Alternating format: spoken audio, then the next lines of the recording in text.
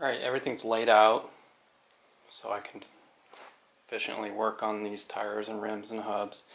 I will recommend, if you're replacing your bearings, these are 6201 R, are they RSs? Yeah, 6201 RSs, sealed on both sides. These are the bearings that fit in the Z50 hubs. So if you want to replace them, that's the model number. And if you are replacing them, I would recommend that you get these in the freezer as soon as possible to get them chilled. And what happens is they shrink when you chill it. It makes it easier to press into the bearing races, I guess you can call it.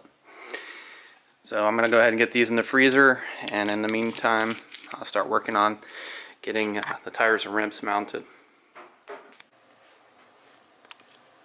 So my little tip to you guys is lots of information out there, YouTube, videos, but you can always go and find yourself the exploded parts diagrams for any of these bikes, or any bike or any car that you're working on, and that is your guide to assembly.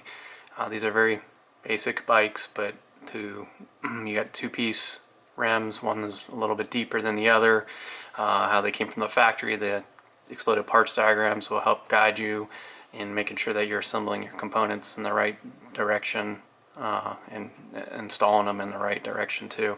So we're looking at a front wheel. You can see that the hub is inserted from coming in from the what I would say the right side of the tire if it's mounting on the bike, or the right side of the rim. Your actual tube is going to be oriented on to the left side of the tire.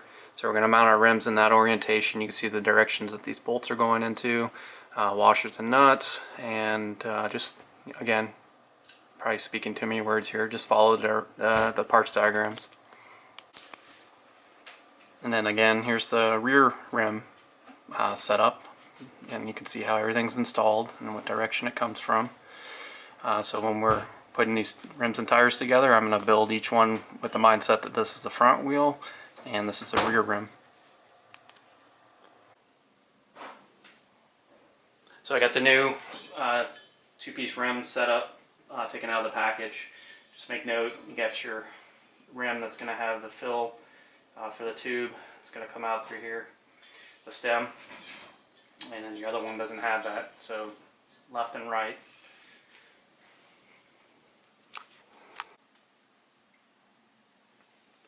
Tires we'll be using on this project are Bridgestones, the trail wings, and the size of the rim itself is an 8-inch rim. These tires are 3.5 by 8.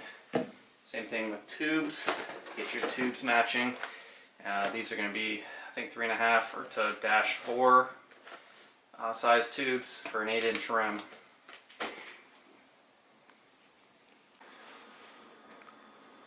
So when I went 3.5 to 4, that's what it looks like when you're ordering your tube for an 8-inch rim for the Z50s. And just to let you know, kind of the stem, it's a bent over stem, right angle, and that is called a TR87 valve. So that's what you want. It's TR87 valve stem. Again, on the tires, they're bidirectional tires, so it doesn't matter what side you use. Don't worry about that detail. Alright, so let's start by getting your tube in. You want to get it pushed inside this tire.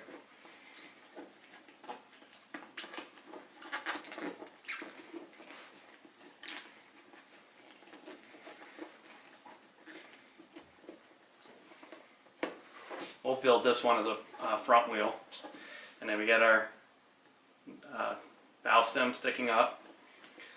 So what we'll do is grab our rim with the valve stem hole on it, get that in place, just kind of pull that through so that it doesn't end up getting pinched. Just gently push that in there. Don't need to worry about that too much right now. Then we'll flip it around. You see your extra,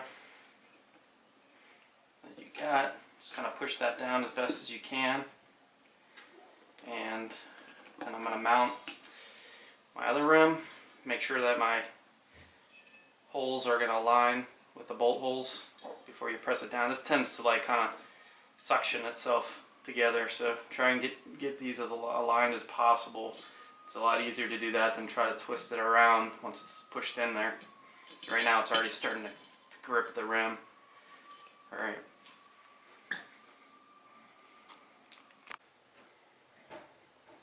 Alright, so we'll get our hardware. We got our flange bolts. They're the Honda bolts. They're flanged. Our washers and nuts, so you need 4 of those. The outer rim bolts. And then we're gonna just reference if you want to print that out, so you can kind of see it in front of you when you build it. As you can see, the bolts come in from the side. The flange bolts come in from the side that does not have the valve stem. So we'll assemble the bolt through the non-valve stem side rim.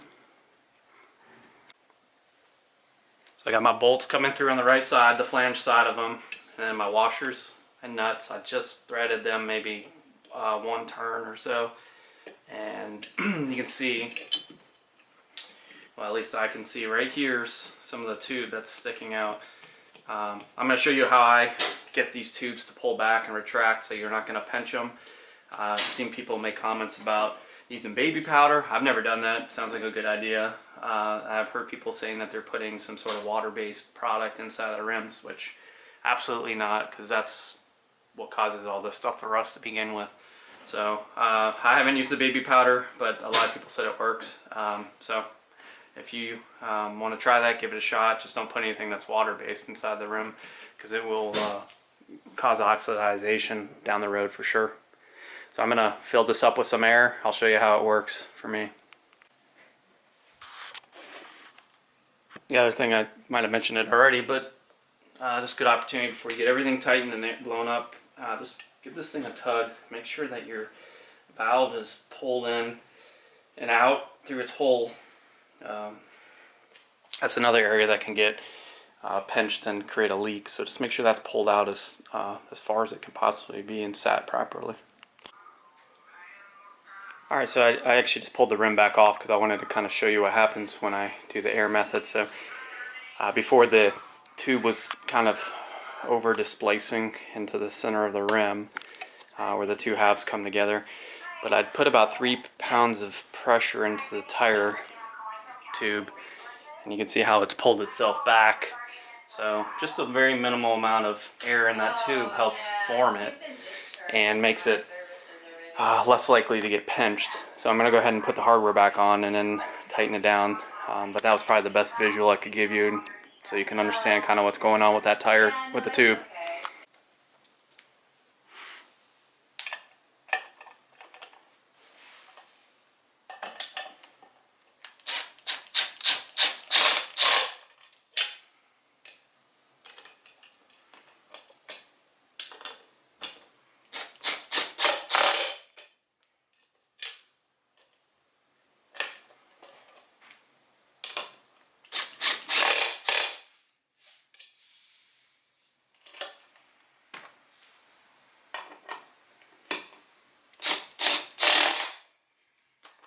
I just find it's actually you can hand hold these nuts, so I just use a socket on the back end and then my driver on the flange side.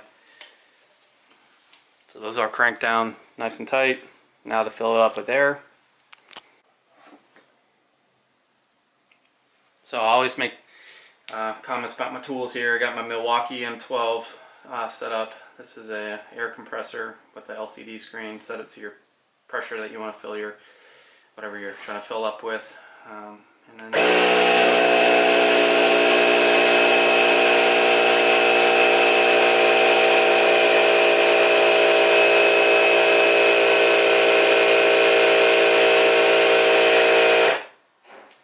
there you go. And actually, the Honda manual calls for 15 psi.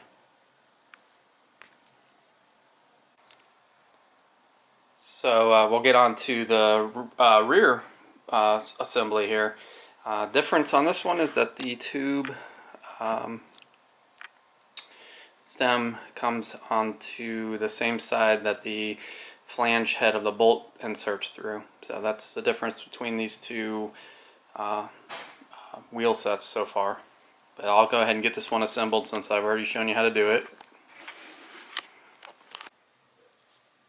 Alright, so we got both assemblies done, fully inflated. Again, the only difference is the orientation of the hardware, the direction that we put our hardware in relation to the valve stems.